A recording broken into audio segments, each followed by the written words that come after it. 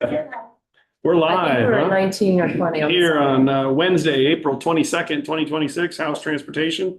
We are with Lead Council going over and through the changes made downstairs on our H 944. So I hear rumor we left off on starting on the page, section 17. Is that true? Or do you guys keep going from there, right? That was the motor vehicle bill. Let's see. H 944 as We proposed by were this. discussing the mileage based user fee. So We had section 18. just wound up the mileage base. To back up, Yeah, Chair. Well, if there's a significant piece there, I left at 16, but you were moving on to 17 and 18. Did you get through 19, 20? we did. We got to 24. Oh, wow.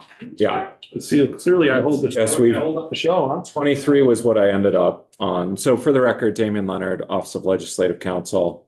So my final note to the committee yesterday was that the proposal included that when the mileage-based user fee would take effect for all light-duty vehicles, the annual inflator would begin to apply to the rate of the mileage-based user fee. So that 1.4 cents per mile would be subject to inflation after beginning January 1, 2032 or later if the effective date for all light-duty vehicles is delayed.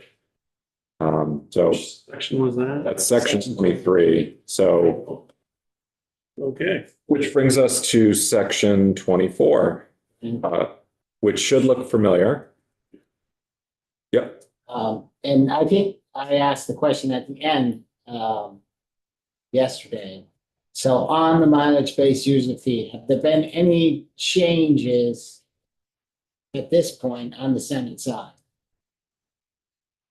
On the language that's in the draft that came out of Senate Transportation, no, there have been no changes yet. Senate Finance heard initial testimony yesterday. It is not clear to me yet whether or how Senate Finance might amend the mileage-based user fee. There were questions raised in Senate Finance about a handful of different factors, including the applicability to hybrids and other light-duty vehicles in the out years and setting that in motion now, as opposed to, for example, after receipt of the reports or something like that. Yeah. So 16, 17, 18, 19, 20, 21, 22, 23 are all different than what we have been changed or are different in some way. This is over.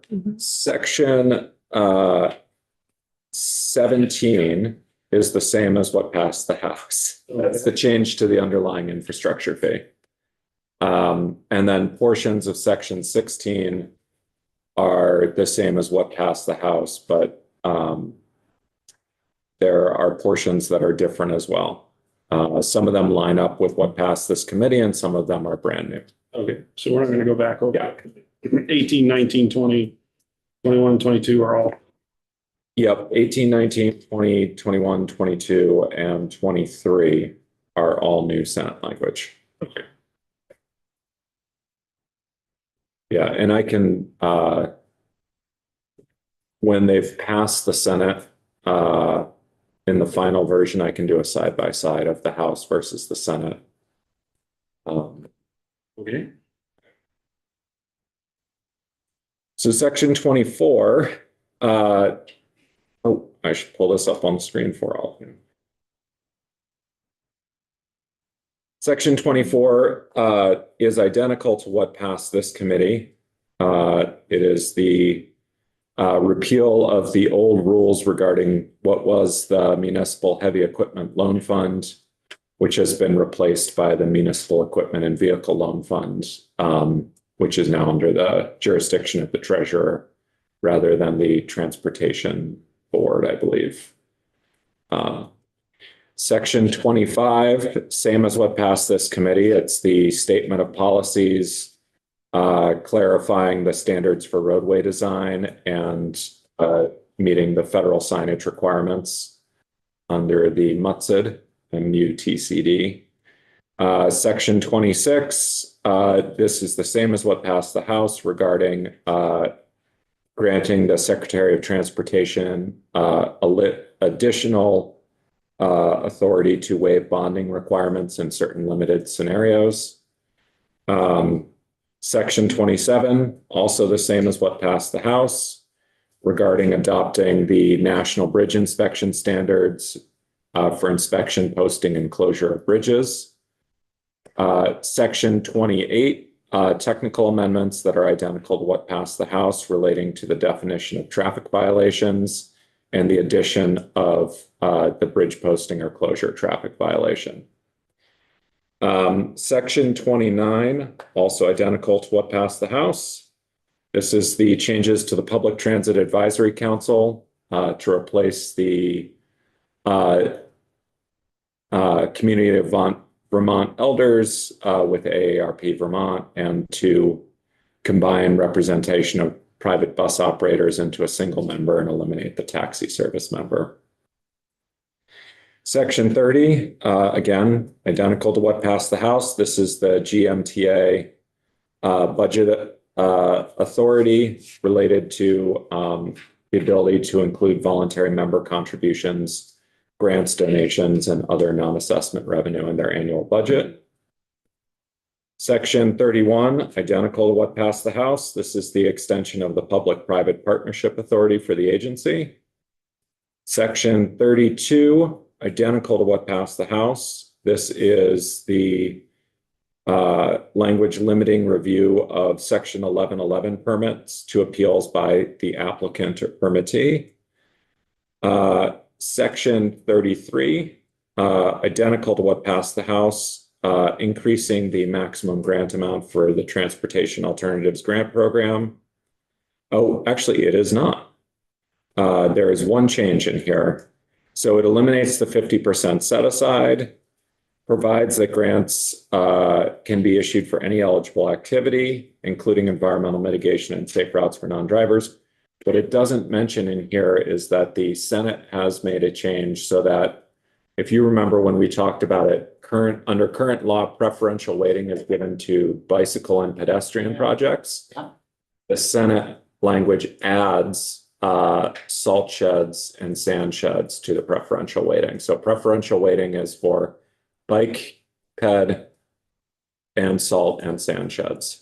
There are other types of projects that would not get preferential weighting, like historic preservation of transportation infrastructure and things like that. Scenic overlooks is another one that's eligible for funding but would not get preferential weighting. So that's section 33 or 34? That is section 33. Yeah. That, was that something that all Senate members were in favor of? So the Senate Transportation Committee had discussion on this, and there was a split of opinions within the committee as to priorities for salt and sand sheds or bike ped. It went across the hall to Senate Natural Resources and Energy. They recommended doing both. They thought that with the 50%, Because of the water quality issue? because the 50% set aside was eliminated. But they're also aware that a number of communities are still trying to get a salt or sand shed. For water quality purposes, they recommended doing both. They didn't feel comfortable taking out bike and ped because that also had environmental benefits and factors with it. So they recommended both, and the Transportation Committee accepted that recommendation. Can you just, and maybe I don't remember, the second bullet eliminates the requirement that 50% of the, So that- environmental, never mind. Yeah. So So there- that eliminates that. Existing laws has the 50% set aside for Right. environmental So mitigation. there's no percentage set aside. There's no percentage. So, It's just a Not for either priority group. given to bike ped and salt sheds. yeah, exactly. So it just says when you're considering among the factors that you consider when you award these grants, the agency shall give preferential weighting when considering these projects. It doesn't mean that they have absolute priority, but it means that they get a little bit of extra preference in terms of getting the awards. There's other criteria that the agency considers. Yeah, we did a review of the existing projects. There are a few, there's a mix. Bike ped is probably the largest share of the existing projects in the transportation program, followed by various environmental mitigation, including culverts, water quality, and salt and sand shed. And then there's a handful of other projects, historic preservation, et cetera. Important things, yeah. Yeah, the program has such a wide variety of uses, but you can see, at least in Vermont, the two biggest ones are sidewalk and bike path projects. Jeremy, this another question. And, I think it used to include, maybe Michelle remembers the,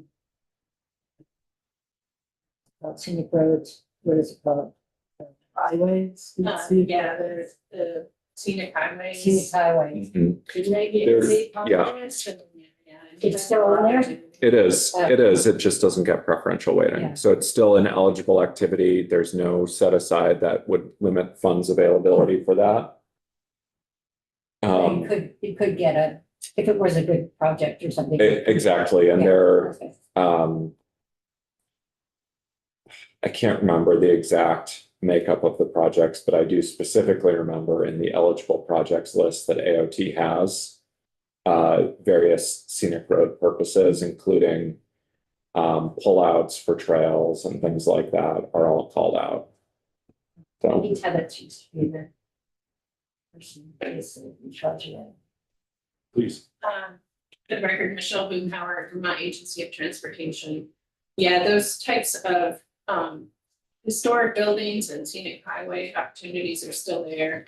Last year, I went to the grant awards ceremony and it was held, there was a ceremony held at the Danville train station, which received a transportation alternatives grant in addition to other funding to renovate that train station, which is right on the Lone Mile Valley Rail Trail. So it became a way stop, and there's activities that go on there now, and and it is a historic preservation project.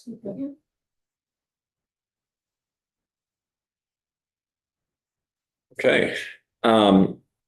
Section 34 is unchanged from the House. This is where you increase the maximum grant amount for the Transportation Alternatives Program in FY 27 to 1.2 million. Section 35. This is your language regarding the ongoing work on the municipal and regional planning studies from the 25 T-bill with the additional work on the laws relating to setting speed limits and hopefully identifying some opportunities to clarify and simplify that process. And then Section 36, the Drive Electric Vermont, the Senate's one change was to increase the amount from 192 to 242,000 in this recommend. In Section 37, this is the Caledonia County State Airport. Both this and Section 38, which is the extension of the authority, are unchanged. So same language as in the House on Caledonia State Airport. Section 39, this is new. Jamie, I'm just reading in section 37, so deletes the requirement that the agency ensure that the airport continue to be identified as a public use airport in National Plan of Integrated Airport Systems until 2050. Right, so because it won't be owned by a public entity anymore, my understanding is it cannot be in the National Plan of Integrated Airport Systems, but the terms of the sale, I believe, will leave it open for public use and allow for additional work. But Okay. that So it just requirement can't in the be law, listed in that. Right, that requirement in the law was creating a hangup for the approval of the sale. They didn't change any of 37. Nothing was changed. This is the language you passed. Did you happen to know if the Senate took any testimony on 37 or 36? They took testimony on Drive Electric Vermont. And they also took testimony on the sale of Caledonia County State Airport when they were first reviewing it. In Drive Electric Vermont's case, I think they heard from the agency and from, the partner who oversees Drive Electric Vermont? The name is, yes. So yeah, they did hear testimony on that. That led them, their big question there was, given current carry forward, what would allow Drive Electric Vermont to fully fund its work for the coming year, and 242 was the number they came to. They had a $50,000 shortfall between the 192 and money that they currently have left over to operate. And so that's why the Senate changed the amount.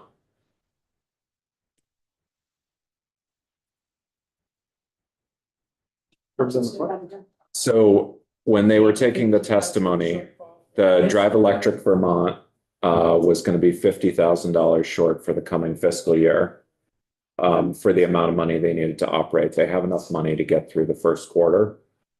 And then the 192 would get them most of the rest of the way, and $50,000 covers the projected shortfall.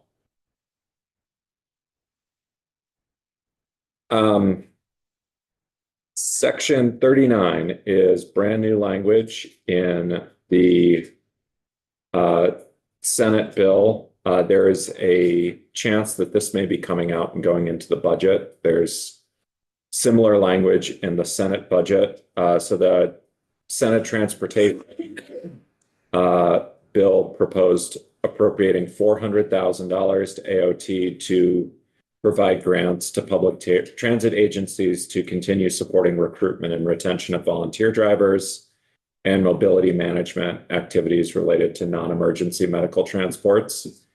This is similar to last year. There was $500,000 or $600,000 for recruitment of volunteer driver coordinators. And so this is intended to build on and continue that work. My understanding is that the draft of the Senate budget, I don't know if the final version has it at exactly this amount, but the draft of the appropriations budget for the Senate reduced that amount to $300,000. So this language may come out in a floor amendment or be amended to just be a direction for how to use that money. Similar to what we do in the capital bill, where the money gets appropriated in the big bill, and then the capital bill tells them how they can spend that money.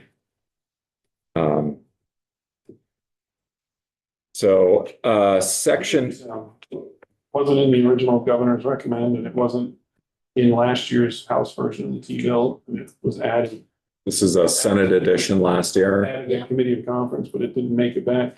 So now we're talking about positions that be 2 years funded in a row. Does that, So at what point does that no longer come through this process? That would be some part of. my understanding is that this is not paying the volunteer coordinators. This is meant to provide grants to support it, ongoing recruitment and retention of the volunteer drivers. So there were some volunteer coordinators hired. Some of the grant money went out to other recruitment and retention related projects, printing out posters, doing public service announcements, paying for recruiting activities in the community. And then the mobility management activities is actually related to improved coordination with the medical centers. They're trying to, without stepping on the toes of the rural transformation grants, their intent was to try to complement that work to help better communication, because they're still having the problem that was discussed last year where there will be 3 different rides to the same dialysis clinic in one day from the same general area. And so that might mean 2 or 3 different drivers, et cetera, which makes it hard for them to provide it. I would suggest that if you're trying to better understand what this money is being used for, I or Michelle can get you. Is it Ross who has the data on this? Ross McDonald? The public transit program manager, and Caleb Grant from Yeah. RCT is the director, or excuse me, is the current chair of the Public Transit Association. And so he's testified in this. Yeah, they can give a better understanding of what the funds were used for and what they're proposing to do this year. The language was changed, though, to move away from recruitment of volunteer coordinators to recruitment and retention of the drivers, because they already hired 1.5 or 2.5 coordinators. So there are a couple half-time positions that they hired, and then a full-time as well. So there's now a spread of those coordinators around the state. And this money came out of public transit spending or general T fund? So this comes out of the general T fund. My understanding is that in the Senate budget construct, this is covered in part by money that's being moved around from purchase and use, and then backfilled in the ed fund by the meals and rooms. So they have a similar construct in their tax bill. Logan would be better to talk about the exact where all the money is coming from. The proposal in the T bill was from the transportation fund. The proposal, actually, let me just pull down this. I may have the. Last year, this money came out of pilot funds. Yeah, this money is. Right. Big difference. Big I'm difference. sorry, the 300,000 is general fund in the budget proposal. So it's general fund, not T fund. The proposal Section 39? in the transportation bill that came out of, so there's in the T bill that came out of Senate Transportation, they transferred 10.4 million general fund to the transportation fund. 10 million of that was used for other purposes, and the 400,000 was used for this. In the Senate appropriations big bill draft, they are changing it to 300,000 general funds to AOT for this purpose. So they are not taking T fund dollars in the appropriations bill. And my guess is, since this is what usually happens, is that the appropriations committee will strip this section out of the T bill because they already did something in the big bill.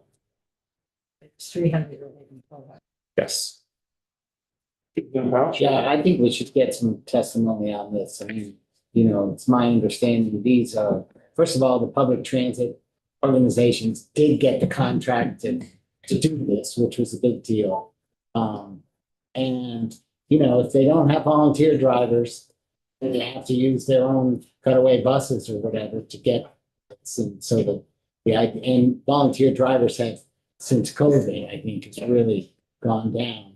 And some are doing better than others. And I think this is a hard push to get more volunteer drivers doing this required transportation. It would be good to get a better understanding.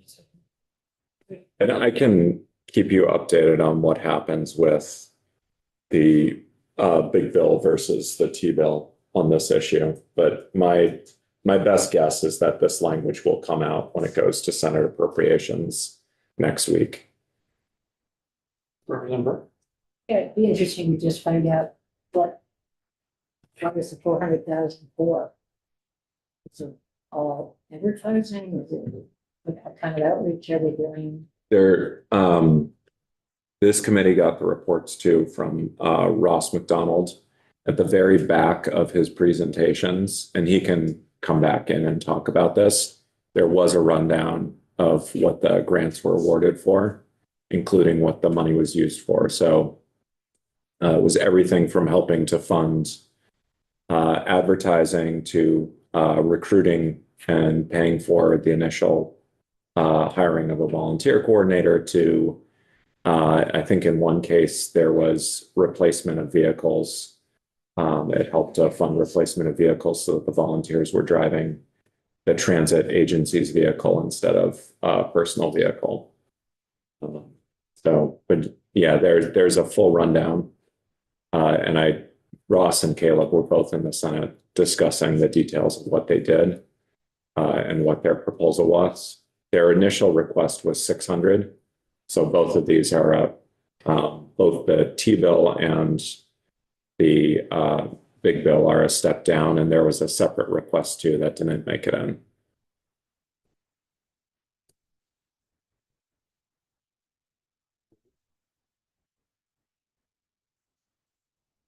Um,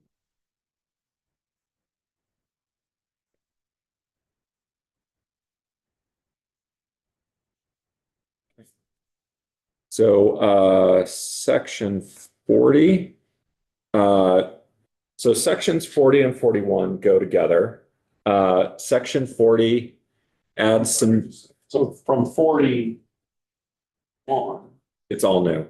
everything from here to 40 to 57. Yes. Yeah, it's all new language. So 40 and 41 relate to basically the idea that newly installed chargers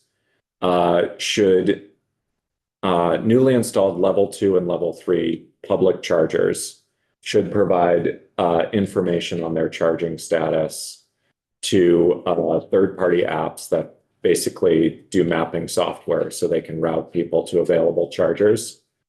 And this is based on standards that were in the NEVI program and have been adopted in California. The language that they proposed closely tracks the California language. The initial language is proposed to be effective on or for all chargers that are installed or reconditioned on or after September 30th of this year.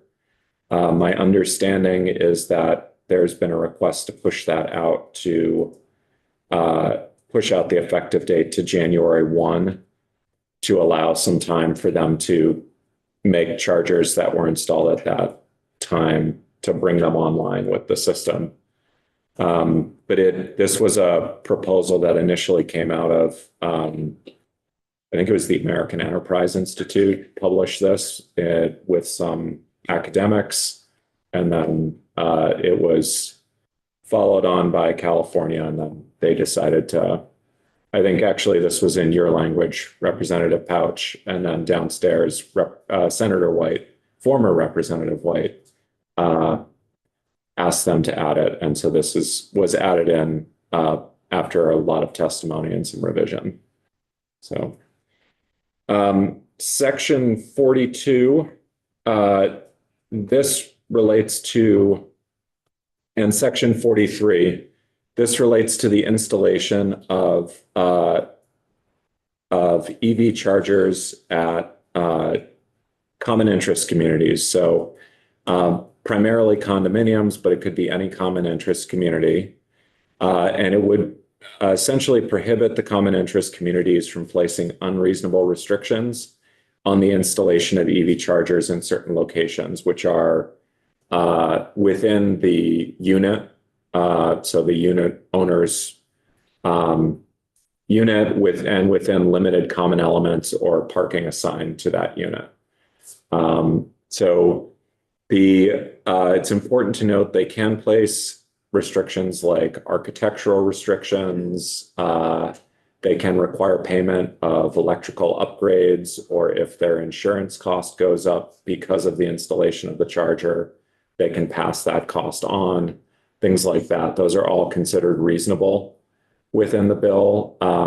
Unreasonable is defined as things that would essentially make it impossible to install, assuming there isn't a building code or prohibitive cost that effectively makes it impossible because of the reasonable restrictions there. Representative Casey. So we're gonna, owners of apartment buildings, we're gonna make them So chargers in? no, it's essentially, if you are a condo owner and you want to have a charger installed for your vehicle, and you have a assigned parking space or a limited common element where your vehicle could access that charger. So it's basically something that is tied to your unit. You can request to install the charger, and the board of your condo association can't unreasonably prohibit you from doing it. If you can't comply with the building or fire code, then obviously you couldn't do it. The other things though that they could do is say, sure, you can install it, but you have to pay the cost of upgrading the power drop and installing a separate meter. You're paying the cost of electricity, and the insurance for that building is going up because our insurance company thinks that the changes you're making will increase the risk to the building. So you're also responsible for that. So, and there's also provision in there where if they have, for example, 1 meter for, like garages assigned to 6 units, or, there's a meter out in the parking area, they can pass on the costs. They can spread those out among anyone who wants to install a charger. And then there are other things like they can require a licensed electrician do the install. They can require it to meet architectural standards so that it doesn't look out of place with the community. But there's nothing that requires them to install it.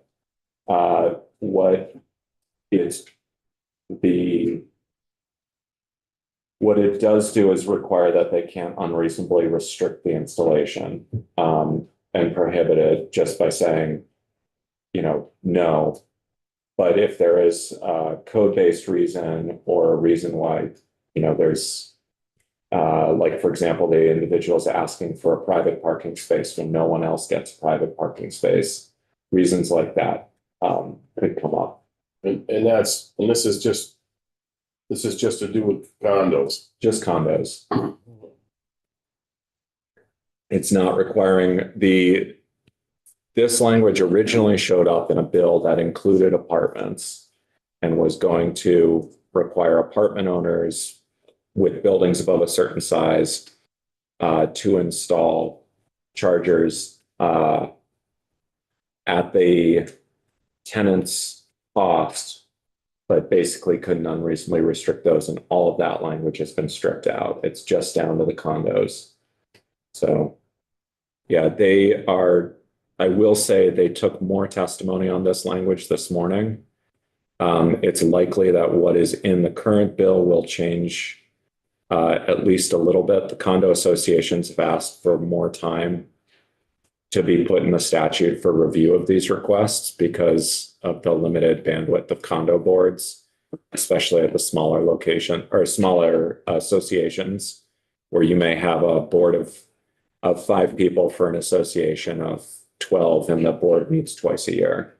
And so that there's a 60-day review period in the current bill that they felt was unreasonable, especially for those smaller boards. So how does that review work then? So it's in law, but So how does that feedback get put back, each condo association has its own governing documents and requirements, and they're also, each unit has its own sort of unique, so with a condominium, generally you own from the walls in for your unit, and that could include a garage or maybe not. But from the drywall out is a common element. And then your parking space may be a common element. If there's no assigned parking, it may be what's called a limited common element. If there's assigned parking, or folks for your building are only supposed to park in one area if you're in condo development that has multiple buildings. Or your unit may include separate spaces, one where there's where the actual living space is, and then another space out in the parking area where you, for example, have sheltered parking or something like that. Because of the uniqueness of that, all of these need to go through review by the condo board. And the condo board will have standards for like architecture, so it doesn't look out of place with the development. They'll have standards for safety. They have their own insurance provider that they have to coordinate with. And they may have other requirements around how costs are apportioned and so forth. What this basically says is that the review will go according to the condo's bylaws, but the condo's bylaws and procedures can't unreasonably prevent people from installing an EV charger for their vehicle, assuming they can meet the basic standards. So this just allows condo associations to incorporate it into their association rules. It basically it requires them to incorporate a process into their rules. There's discussion back and forth. This was proposed by Senator Perchlik. And he has a constituent who ran into a roadblock because of, I believe, the language in the condo association rules. I forget exactly what it was, but it was like maintenance of a vehicle. And the way maintenance was defined within the board's rules, it included charging the vehicle. And so that is what's been described as sort of what spurred this language. But the language has been, so far they've heard from an attorney who represents multiple condo associations. And then this morning they heard from a property management group and I believe a board president for a condo association asking for additional changes to the language to provide longer review periods and raising some concerns about potential issues, particularly with some of the older associations where, and they were flagging some of the things where if you have condos that were built in the 70s or 80s, the wiring may need to be completely redone. And they were concerned that folks may not realize that with the way the language is, that cost falls on the unit owner. Or the condo association can make that cost fall on the unit owner. And they wanted to make sure that the language didn't get changed to place that on the association. Yeah. Because of the, they already have to pay for like siding and roofing and. So the Maintenance delay and really is parking to allow spaces. condo associations to be able to sort of absorb Right. this change. If you have a board that meets twice a year on regularly, then even a 90-day window would require potentially a special meeting.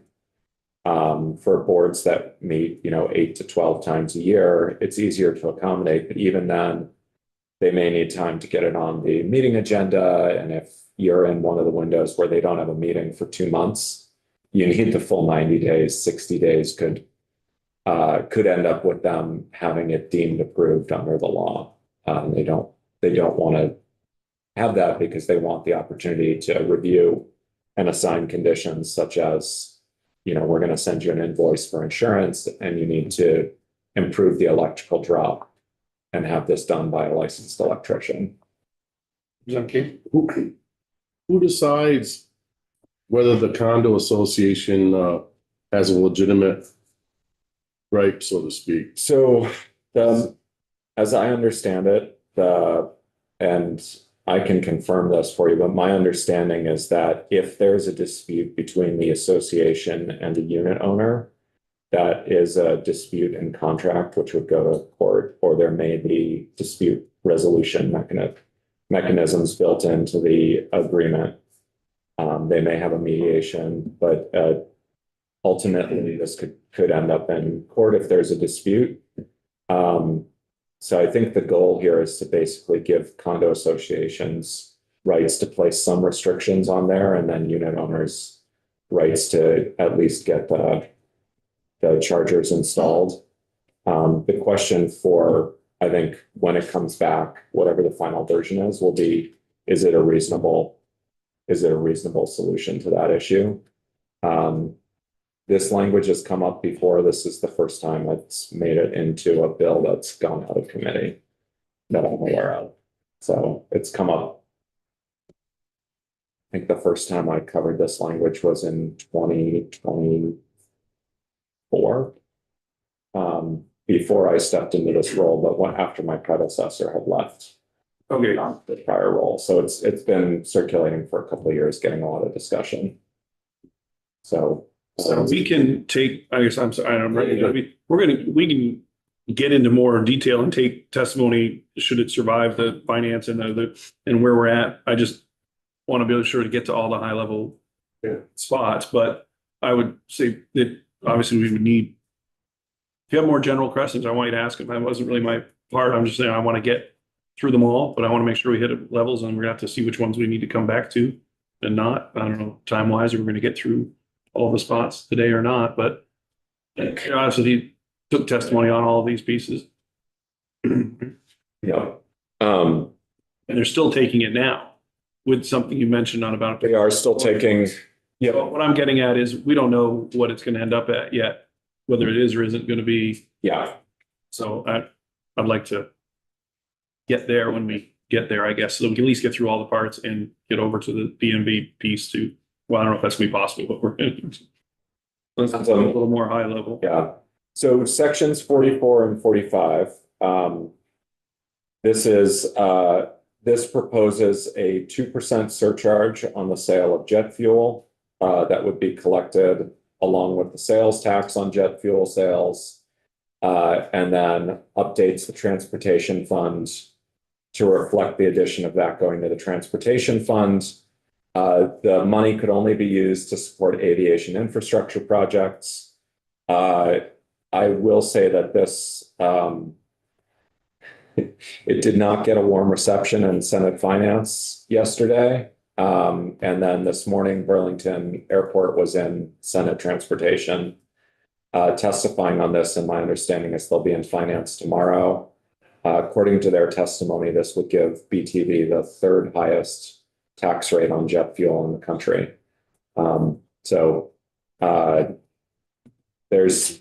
There's some headwinds on this language here. And it very well may come out of the bill.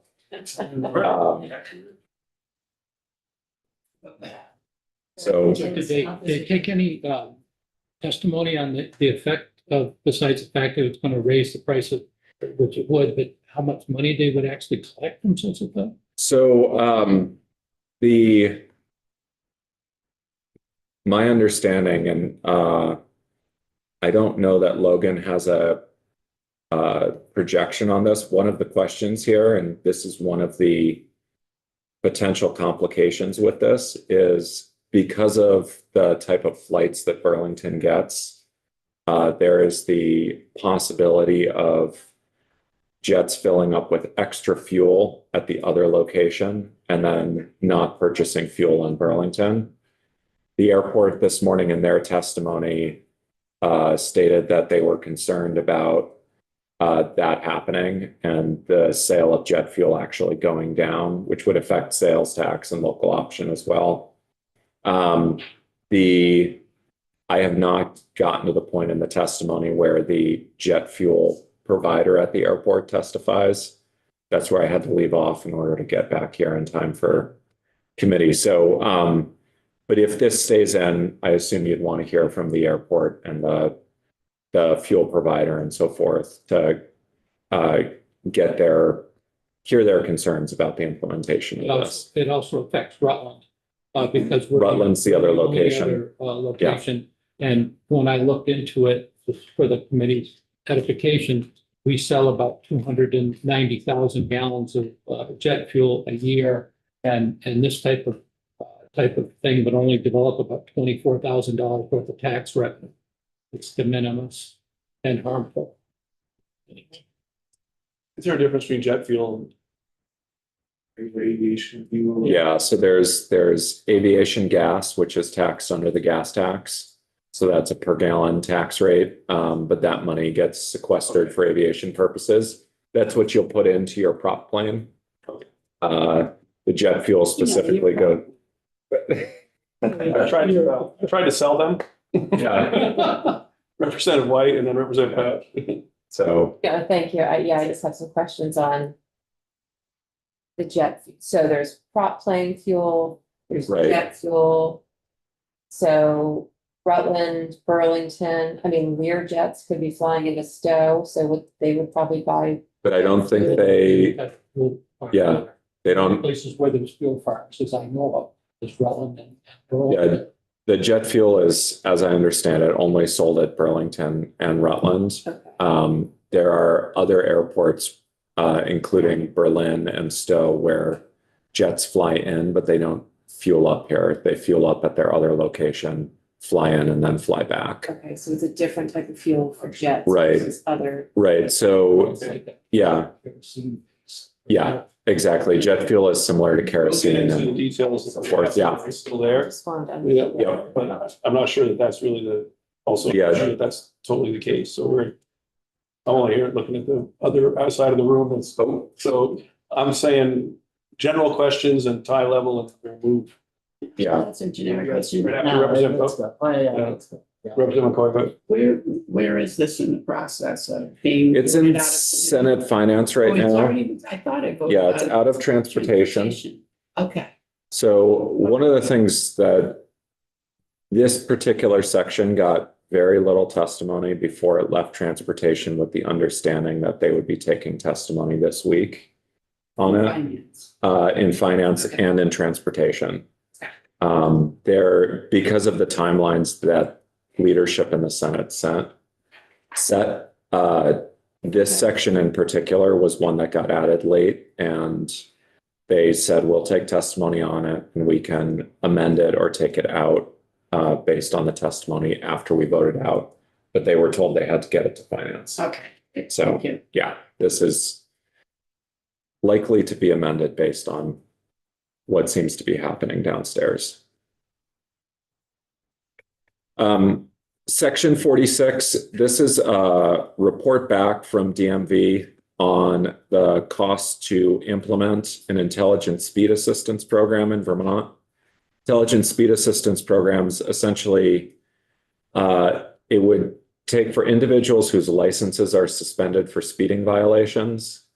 It would be similar to the restricted driver's license for drunk driving that you heard about this morning, but it's a GPS-enabled device in the car that actually limits the car's speed. So it's like a rev limiter, but once you hit, say, 65 or 70 miles an hour on the highway, it kicks in and doesn't let the car go faster. And just same way Google Maps can track what the speed limit is on the road, it tracks that. There was interest in this proposal, but because of a lack of time to get input on costs and implementation, and it's relatively new in other states, the committee chose to go with a report back. Yeah, I think it'd be worth us taking a look at this. Two, in our joint meeting with the Senate Transportation, we had a brief discussion on what's called super speeders. And in the same way, I'll say drunk drivers tend to be repeats.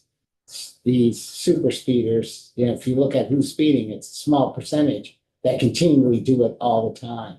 And this is recommended in, I think, two organizations, nonpartisan, traffic safety at the federal level.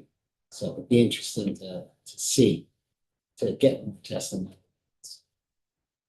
Representative White? Just to add on that, this super speeder bill, I have a constituent in Waitsfield who has been the force behind the super speeder bill. And she has been very active in promoting that in other states. So if we wanted to get more testimony, she would probably be a great person to bring it. Does the bill define significant speeding violations, or does this section define that, or is that? That was my verbiage, Is it based on the underlying bill. Is it So, yeah. defined in the that's all I'm saying. It is Okay. in the underlying bill, I just yeah. want to make sure it's defined in the underlying piece, and does this exist elsewhere? There are a handful of states that have or are just beginning to implement programs. Some hands are bigger than others, so, okay. Yeah, but I mean, Heard about like this. fewer than 5. they've taken testimony in video, or this was the last one, was last second add-on? This was something where they didn't have time to really look into the program, so they asked for a report back. So we have to go a little deeper. Okay, Yeah. thank you. Sections 47 through 55 are all related to, this is the Public Utility Commission has asked to have their name taken off of jurisdiction for a number of things that historically the Public Utility Commission had jurisdiction over and that they no longer oversee. So the first, section 47, would delete Public Utility Commission jurisdiction and rule-setting authority over the transportation of explosives, which is overseen by the federal government. And then the Department of Public Safety would be the enforcement officers. Section 48 and 49 shifts the authority to the Transportation Board. It's over essentially determining which regulations will apply to public transit agencies. So generally they're exempt from regulation except as the Transportation Board would apply. The law says Public Utility Commission, so it just shifts the jurisdiction. And these are some limited regulations. Within there, section 50 deletes outdated language, and this is 51, 52, 53, 50, and 54 are all related to log drives. So I don't know when the last log drive was on a river in Vermont. There is an entire chapter of law that gives Public Utility Commission jurisdiction over disputes that arise out of damage to properties along the river from the log drive. The language below proposes shifting that jurisdiction to the Agency of Natural Resources. The Agency of Natural Resources, to the best of my knowledge, has not weighed in on this language yet, because again, this came in at the last minute. So I think that testimony will be coming on this. This was from the Public Utility Commission. This was the, is it Mr. Faber, I believe, who'd requested the technical change. Only some of these changes were not so technical. So, but the takeaway is Public Utility Commission doesn't want jurisdiction over these items anymore. But 51 through 52, or I'm sorry, 51 through 54, it's not clear that ANR is the correct agency. That was just who was suggested to be put in as a placeholder. And then section 55 mistakenly says pre-existing. Oh, I'm sorry, Phil. No, that's all right, just. Excuse me, Representative Pouch. Happen to know, in Maine, last log drive was 75 on the Kennebec. But I just looked up the last log drive in Vermont, was on the Connecticut in 2015. It's Interesting. No, I saw it in Warren. Didn't they use that? Where did it go from? I don't know. Oh, Yeah, but I mean, all of a sudden. Oh, no, probably the same. Maybe I don't know, we paid $2 I don't know. for the mill. Yeah. So the main point with 50 through 53 is that may need additional testimony. Yeah, which was. Or 50 through 54. Just come back. Yeah. We did not get away, we did not get away from it entirely. There is This before. a typo in the heading for section 55. That should say, instead of pre-existing common interest communities, that should say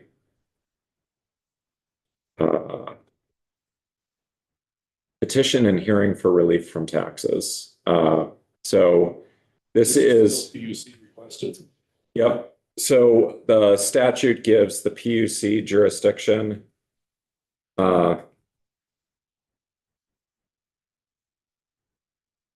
Gives them jurisdiction to hear petitions from a railroad seeking relief from its state tax liability. Their proposal is to grant that jurisdiction to the Commissioner of Taxes. But I don't know that, again, I'm not sure that testimony has been taken from Department of Taxes on this language yet, but this is fairly old language. Allowing a railroad that's nearing insolvency to ask for relief from taxes to avoid insolvency.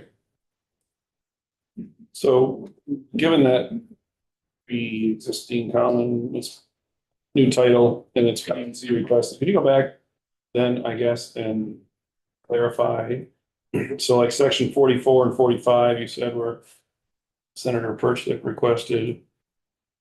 Yeah, 44 and Identified as Senate requested. 46 was Senate requested. yeah, 42 through 45 were Senator Perchlik requests. 42 and 43 were also requested by Senator White. 46, I believe this is Senator White. And then 47 through 55 were requested by the PUC.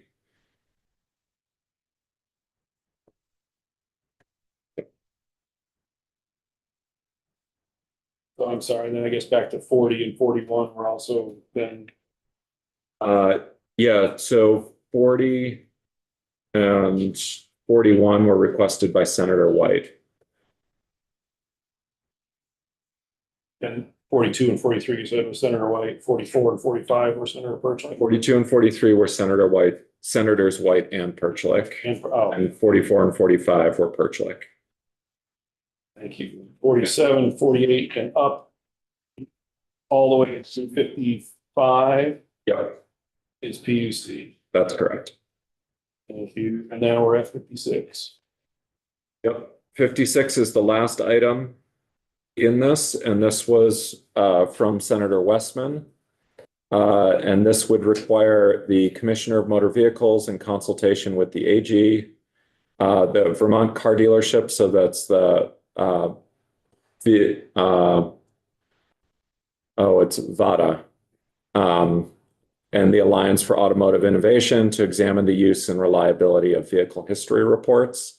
This comes out of a complaint from a constituent of Senator Westman's regarding a vehicle that they purchased where they essentially purchased a vehicle that had a significant steering failure. It was likely a lemon law car. And the dealership that had dealt with it at that stage had covered that fact up, and then it had gone to auction and been resold by a different dealership to the woman with a clean Carfax report. And then the steering failed while she was on the highway.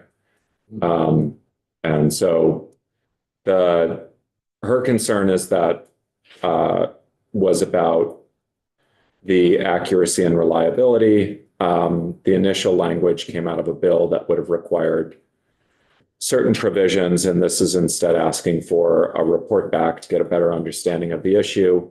This morning, the committee heard testimony from Bumper.com, and I believe they're getting written testimony from Experian and Carfax regarding the proposal. One of the requests was to have those entities involved in consulting on the report because they have limited control over what's reported to them. So they did express concerns that, our reports are only as reliable as the information we get, and we can't be in the service bay when they're entering the information in the report. So this is also language that may evolve before it makes it over to the House.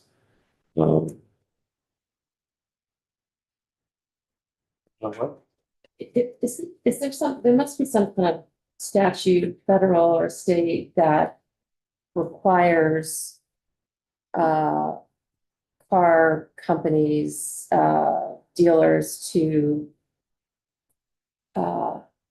not do things like cover up issues with car. I mean, isn't that sounds illegal to me? Well, it's a good question. And I don't think I can give you a full rundown of the potential claims here. Certainly can't weigh in on what may be a pending lawsuit for that constituent. There may be some fraud protections. I think one of the challenges is proving where the fraud occurred and so forth. My understanding from that particular story is that she was able to discover from a mechanic at previous dealership when she tracked it down that they were told not to disclose something, but then they also said, I don't want to ever testify. I can't lose my job or something to that effect. And so there's, Yeah, I guess my concern Yeah. is that before we have a piece in a bill there's- kind of addressing a situation which, so this isn't Possibly making, is this is asking for a report. Yeah, yeah. So it's not- but just if there's a law that kind of protects I think. things like this from occurring, it seems like we wouldn't want to add another law to the study when it may already be addressed. Yeah. So that, I think that might be a reasonable question. Is this addressing something that's already addressed? But Super protection, commerce, is that usually commerce? The consumer protection is often a commerce issue. would committee of jurisdiction in the house. Yeah, I think commerce is usually where consumer protection issues start. Is he gonna get a bonus for having the number of sections added and how many extra pages he get? You know, that, I don't know how many pages you can have without testimony before you pass a bill. and How many pages you take testimony out after you pass a bill. I mean, it almost sounds like Congress. So. I don't think I'm allowed to comment here. You don't have to comment all you want. You probably shouldn't, but, I'll stay silent. clearly, you know, there wasn't enough to do in our sections that they just decided to continue to. Pages. And there was no room for section 58. Kitchen sink was covered. Okay.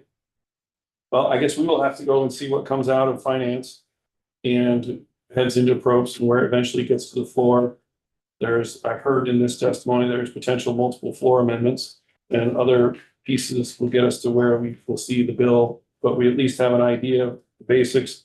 And I would say there are at least a few sections we're going to want to hear more on either way. So please feel free to indicate that to me after we're move on to the DMV bill as to what we think we want to hear more about, and we'll see what other conditions this changes. It's working on it every day. Since they're taking testimony on the bill they've already passed, it's clear their floor amendments are possible. But at least we have some understanding of what they're up to and what they have been up to down there. Then we can, thank you very much for getting us through that one. Now let's go back to the miscellaneous. Let's see what they sent us over in the miscellaneous. No, let's get back to whether we can thumbs up sections of the miscellaneous motor vehicle bill. I do have an up in terms of the earlier testimony and the questions. I do have DMV in the house today too, so as they come up, we'll go through, but we're switching gears. We're going from the T-bill to the miscellaneous motor vehicle bill. Way back, we had a S326. Yes, sir. Thank you very much. And we had, I think, left off at section 17. We were headed to 18, trying to find just the ones that we had an agreement and we had the full thumbs up on from there out. Right. So if you're following at home, we're now over on S326 and at section 18, looking at the ones that we have put thumbs up on and the ones we have not. And the summary for this one is it on Senate Transportation? I don't know if it's posted to their website. I can send it to the committee if you don't have it already. Okay. But this one is a shorter bill. I mean, the summary for the other bill was 8 pages by itself. So This is only a 37-page bill. Section 18 creates a waiver from the commercial driver's license requirements. This would permit, during an emergency declared by the governor, an employee of a state agency or Vermont municipality to operate a heavy-duty commercial vehicle without being required to hold a commercial driver's license while the emergency is ongoing, if expressly permitted to do so pursuant to the terms of the governor's declaration, and the individual is performing official duties or activities related to the execution of emergency governmental functions pursuant to federal regulations. And then the individual operating the vehicle has to have a valid driver's license from Vermont or another state.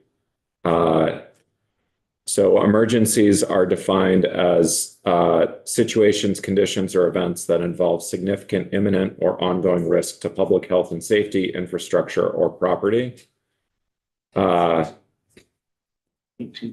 This language was requested by DMV.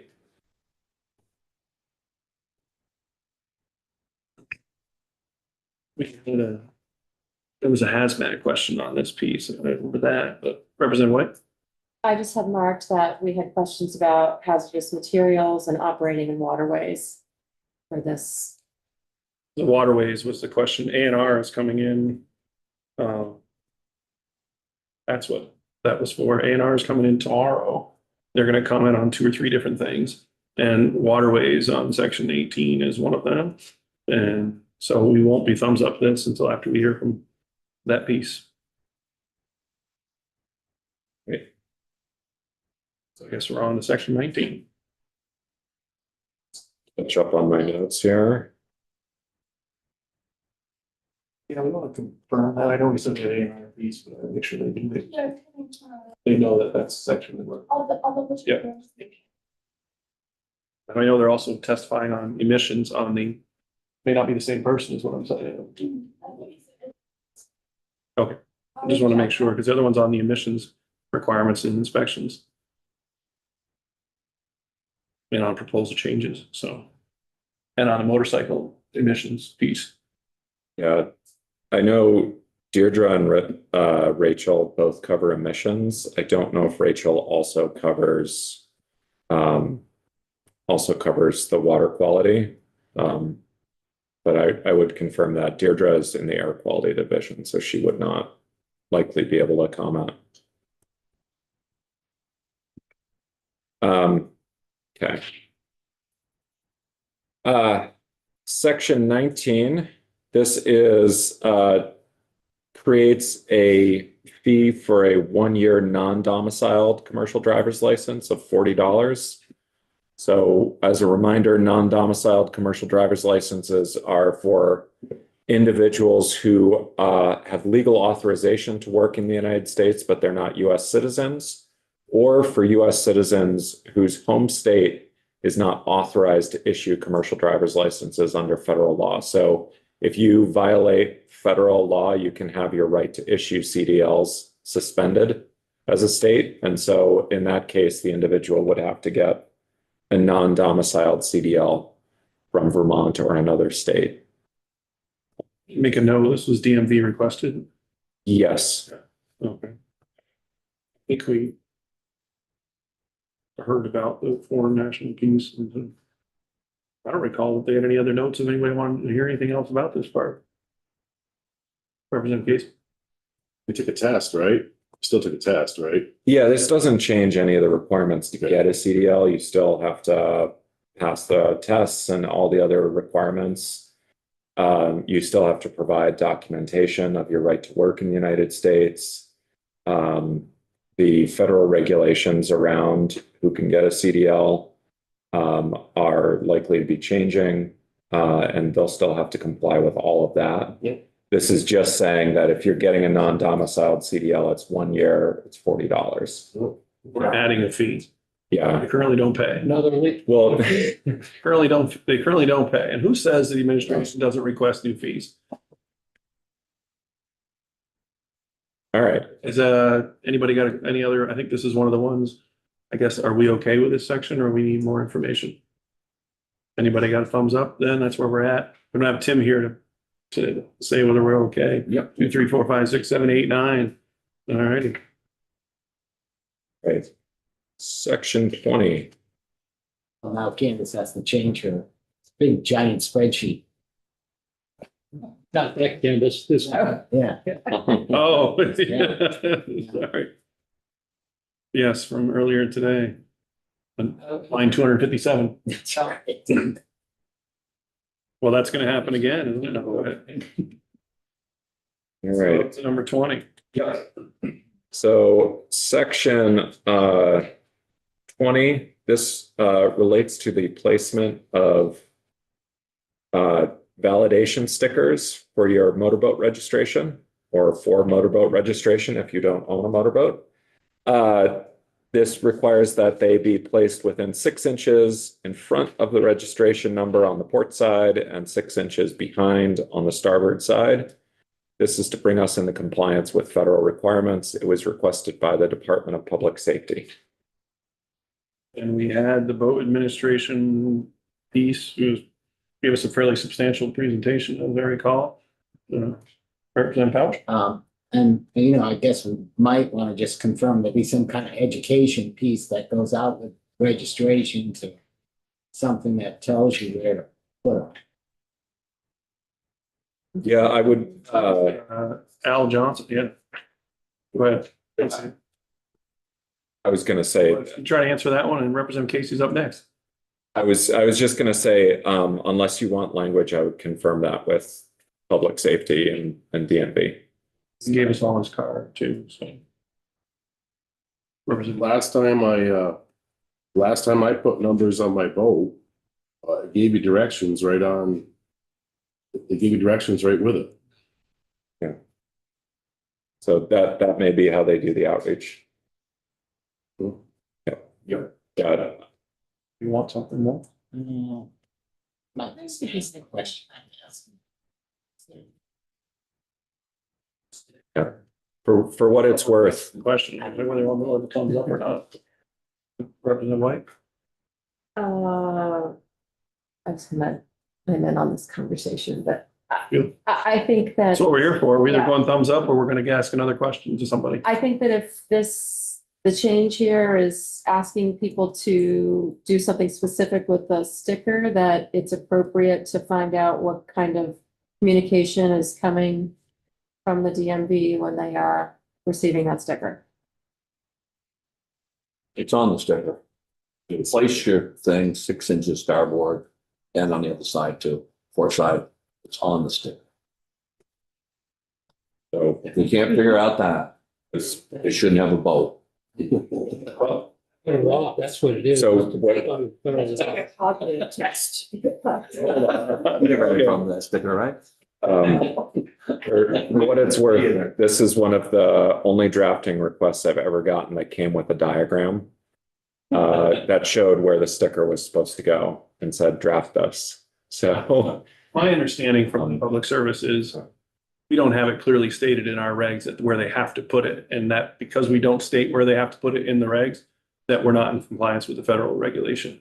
yes, So we're not changing we're not changing anything other than specifically stating Okay. that you are putting the sticker on the boat and that you are required to put it on the boat. And yeah. it's, This is similar to the National Bridge Inspection Standards language where we we don't have this exact term. were complying with the standards, but just didn't have it in the statute. We're not changing the sticker or the requirement. I'm Is the way I understood it, but I don't mind going back. But it's not that the people are doing it wrong. It's that we don't have it in the law.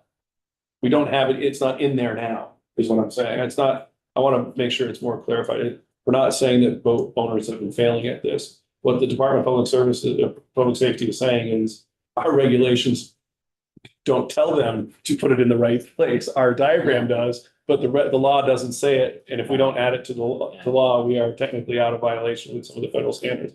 We're not asking vermonters to do anything different than they have been doing. We're asking our law to not get a check in their review. The guy that we don't have a review part that says our language doesn't say this. Does that make sense? It sounds really technical. Yeah, is what I think it came up a lot. That's what, and we don't, they want this language put in there so that we're good. That's the one, we're good with that or not? Is that enough explanation? I get, yes, 6, 7, 8, 9, 7, 8, 9, thumbs up, okay. All right. Section 21. This is the section requiring in cold weather personal flotation devices between November 1st and May 1st. All individuals aboard a vessel that is underway where the individual is on an open deck would be required to wear a properly secured U.S. Coast Guard approved personal flotation device. This excludes Coast Guard inspected vessels. So the ferry, Spirit of Ethan Allen, commercial boats that are inspected by the Coast Guard are not subject to this requirement. This is for personal watercraft. And then there's a specific exemption in the language for vessels that are located in not more than 3 feet of water, where the individual is actively engaged in hunting or bow fishing with a valid license to do so. Representative Burke? Yeah, so how does this impact stalls? Back what? I'm sorry. Stalls, rowing boots. Yeah, so I think so. Let me confirm that. Like ferry. Yeah. Well, as a person who says being on some kind of, it's not a skull.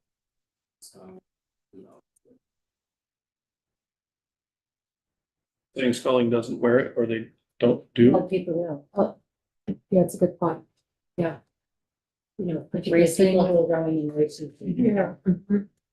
So it is limited to between November 1st and May 1st.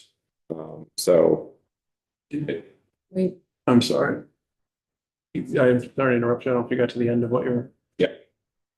Representative Lau, you mentioned something about ice. The people on the Ice boating. racing and whatnot, whether this would impact them as well. Whether they're wearing these for these time trial type racing and whatnot. so Where now?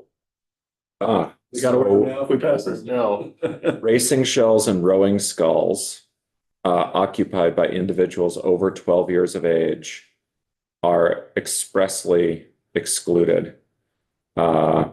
And seaplanes are expressly excluded from the definition of vessel, but every other type of watercraft is included.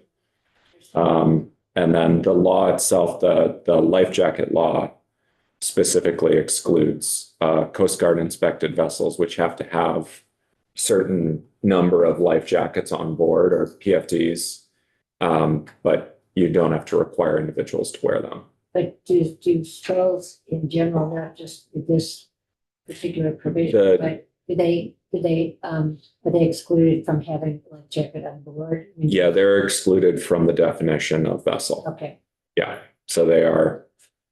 Yeah, so shells and rowing sculls are excluded from the definition of vessel. However, ice racing boats are not.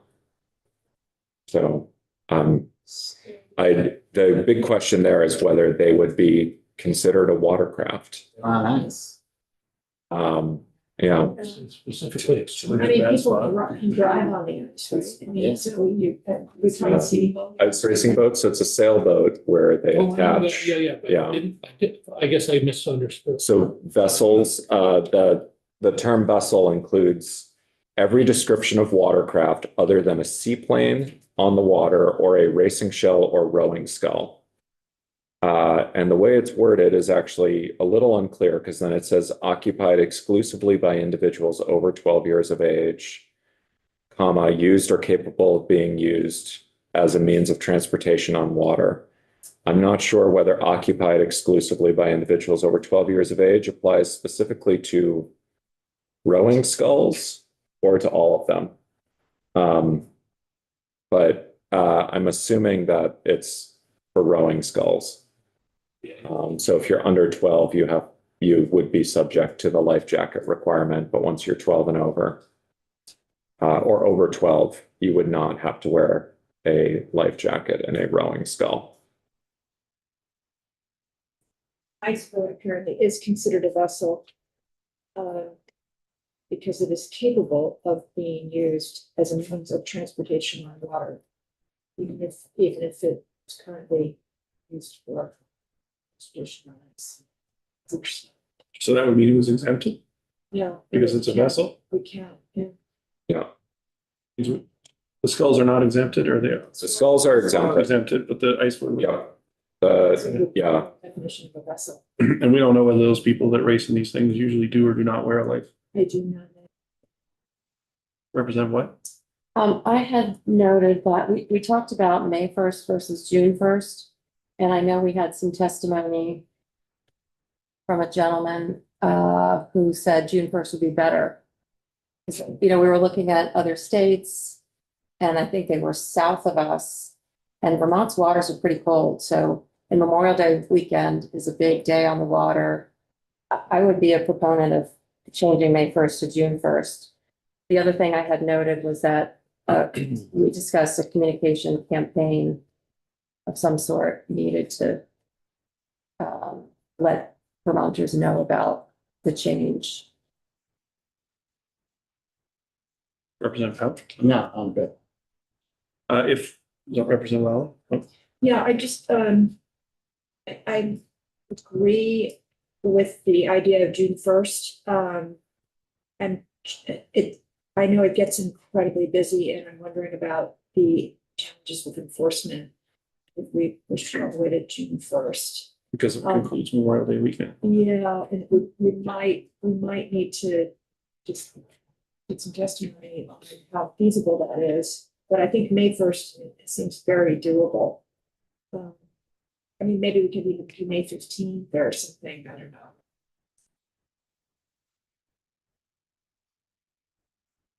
Memorial Day weekend is a pretty traditional beginning of summer. It is, I mean, I think about, that's when a lot of people are on the water. Yeah. And it's still pretty darn cold. So if the goal is to keep people from not drowning, to me, it's compelling to go to June 1st. Well, if we were going to consider that, we would definitely have to bring back all the hunting related testimony to make sure that we're not. There was intention about how that wasn't handled. We certainly got to hear from more people. I'm not sure that I have an opinion one way or another on May 1st. The Memorial Day weekend thing certainly concerns me about the amount of people I don't want to hear from that have impacted there, but you can't argue against the safety side of it, but we will certainly have to we will have to have testimony on it if we're going to consider that. Is there hunting in May? I have no idea. I don't hunt, I don't It's like vote, fall. so I don't vote and I don't hunt, if you want to talk about golf. I hope you vote. You're probably in the water. Both, both or hunt. I have plenty of water and golf. Okay, So thank you for that perhaps clarification. flotation Vote or device. vote. that's the next section is. If we're gonna make a This is change, we're well going to done. have to hear more, is all I'm saying. That we had people that came in and testified on the dates, so we need to make sure that we would revisit it. I'm not saying it has to be a lot, but we would have to revisit people that did testify related to that. What was, I'm sorry, the next? Oh, so the next section is the K trucks, but. So the question is, we could put this one off for a little bit longer than, since we're not putting we haven't finished them all. Only the second one we're skipping here today. Let's go ahead and go to the next one. I'll take those comments about communication campaign and June 1st and see where we go. Okay, section 22, and section 23, possibly section 24 are K vehicles. So as you'll remember, these are the Japanese mini trucks, cars, and vans. This would add them to the definition of pleasure car and farm, any K vehicle to the definition of pleasure car, and then K trucks to the definition of farm trucks. So the difference between a K truck and a K vehicle is that a K truck is designed used or maintained primarily for the transportation of property. Most of the vehicles, for those of you who went to the day when they were out in front of the State House, most of those would have been K trucks. I think I only saw two that would have not fallen into the K truck definition. The section 23 provides that the K vehicles would be subject to all of the applicable provisions for pleasure cars or farm trucks, depending on how they're registered, and that the traffic committee and municipalities couldn't adopt rules or ordinances that would have the effect of prohibiting a K vehicle or K truck from being operated in the same manner as a pleasure car or farm truck, respectively. So in other words, if you have a regulation that affects all cars, then it applies to the K vehicles just the same, but you couldn't single them out. Does that make sense? Okay. Anybody have questions or comments about this? We did hear from a couple of different spots. We also heard from the DMV that this was rapid clarification of the law that already exists, is my understanding. I do want to speak for Vice Chair Corcoran. He is completely opposed to passing laws that already exist on top of laws that already exist. He thinks that this type of work sets us up for other sections, that we are writing law that is already written, that this is the way that the inspection, this is the way the law is written right now, this is the way the DMV enforces it to now. They don't feel that, you don't feel that you need a clarification if they testify this is the way the law exists already. It doesn't mean that he doesn't have another chance to speak to it, but he's not here today. But I think as the second senior most person on the committee, he did express that before. I express it again, that since he's not here, that is, we're adding a law that already is written this way. So he doesn't think it's necessary. Representative Powell? I wonder if this could be solved in somewhere where it defines pleasure vehicle or farm vehicle. So that's section 22. Adds them to the definition. Yeah. So section 23 was requested because the concern here was that municipalities might pass an ordinance that would single them out in the same way you can pass an ordinance restricting the use of a Jake brake or something like that. But you can't pass an ordinance to prevent pleasure vehicle. You can pass ordinances regulating traffic. So the concern downstairs was that there was a potential for municipalities to pass an ordinance prohibiting these vehicles in town or restricting their use to certain roads. So municipalities do have the ability to regulate traffic.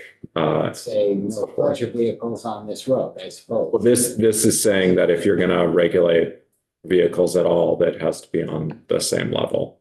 So the concerns came out of testimony from the K vehicle community about other states where there's where the vehicles have been singled out. So I can't advocate on behalf of it or not, but that's where the request for this language came from. So. Representative what? In deference to Representative Corcoran's concern, it sounds like one thing we could consider is to include the changes in section 22 definitions, but delete the section 23, which seems like it's a prospective law because we are putting that out there to prevent something that might happen in the future.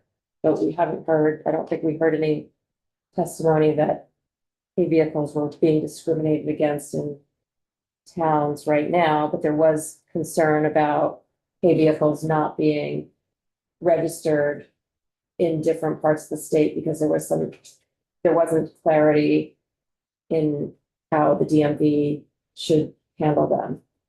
So the definition section, which has been clarified in section 22, seems to me to be, maybe that's where we address it. It's entirely up to you as a committee. I mean, that's really a policy call. It's might be a hill that he dies on. I would say it for myself, it's a fluff piece that wasn't needed, but the DMV testified that they were okay. That I don't know, but it's an opinion, that's, I'm just going to have to prolong it. I was throwing that piece of it out there that that's where we're at. I have a strong opinion one way or another. Yeah, I mean, you can, You can wait till he gets back. yeah, that is, I can speak to what the concerns were downstairs, but ultimately that's kind of a policy call for you. And there are questions about, is this setting a precedent? Is this saying that, different kinds of pleasure cars could have different regulations, et cetera? So I will keep that marked as open and needing more committee discussion, I guess, in my notes. Not a lot more. Right. No, we're not gonna touch section 24. We've got testimony. It needs to be lined up and it's already partially lined up. I think you guys have I know it was still to be determined because of this on the next section for this week or not. If we're Yeah, on the agenda, if we may have to bump it or move it, that's fine too. I just don't know if you're ready yet or not. Right. Okay. We know that section's open. We're at 25, 26, and 27 all go together. Right? Or are we, well, I don't know. People have, yeah, so section 25, 26, and 27, these go together. So I did send a side-by-side of the requirements for, we definitely not to wait since he's the one that most wanted that. yeah, So, all right. and I can't do. What was 28 then? We have any testimony on 28? This is why we're doing it, to make sure we know where we're at. I'm sorry, we can't do 25, 26, 27 because Representative Corcoran asked our election council to pull up this piece. So we're gonna wait on that for him to be here for that piece. And he never misses, so it's an unusual. Section 28, this was the license plate. The language about covering or coloring or tinting or changing in any manner license plates. I did have a note that there was some discussion over whether it should be just the numerals or letters or the whole plate, or whether there should be additional discussion. It does already say number plates shall be kept entirely unobscured, and the numbers and letters shall be plainly legible. The DMV had requested B on page 35 here. Numerals and letters shall not be colored, tinted, or changed. And then the Senate Transportation Committee had added, a person shall not cover or obscure any numerals or letters on a number plate with any material or substance. And that was meant to cover the sort of clear plastic coverings that, because of glare, can be unreadable by a, law enforcement officer or a toll booth camera or something like that. Maybe I don't know if you recall those notes or not. I know it was DMV requested, and I know you walked us through it. I don't have a note that the DMV actually testified on this piece. I don't know off the top of my head.